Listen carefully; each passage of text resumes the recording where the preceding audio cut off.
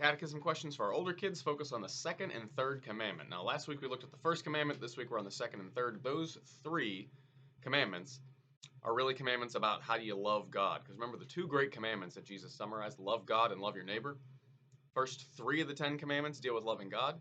The next 7 deal with loving your neighbor. So we're going to kind of finish off looking at this section on loving God. Second commandment strikes some of us as odd. Don't take the name of the Lord your God in vain.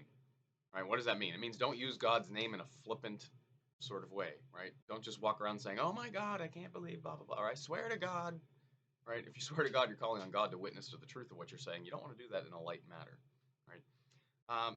So it calls us to respect holy things, right? That's what this commandment protects, is respect for the sacred and the holy, and that includes you and your name, right? We shouldn't use your name in a bad way either. But using God's name in vain, a lot of us do this without even thinking about it, right? We just walk around and, oh my God, just slips out of our lips, right? Oh my God is an excellent prayer. It's not a great exclamation. And so in my house, my kids will sometimes ask me, like, so my friends say this all the time, what am I supposed to do?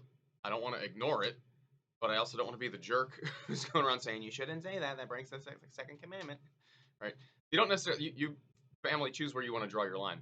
What I try to tell my kids is, you don't have to go around saying you shouldn't do this, but it is perfectly okay and it's good to stand up and tell people, I don't like it when you say that. Right? And they'll probably ask you why. And the answer is, well, because I feel like it's disrespectful towards God.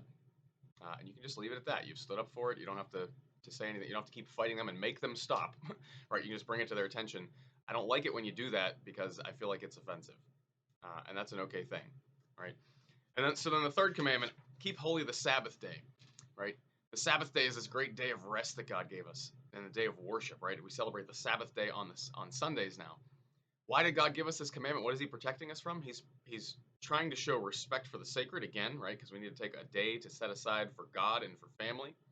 But he's also trying to protect us from slavery to work, from workaholism, right? There's a day that we should rest. I can totally get behind a God who says you should rest, right? And that's what God is saying with this commandment.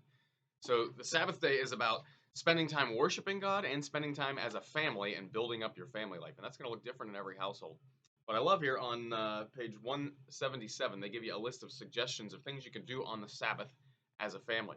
And so it's worth time today, especially as you're looking through and discussing these questions, take a look at that page and think about what do we already do on the Sabbath as a family and what else can we do to enjoy more Sabbath as a family.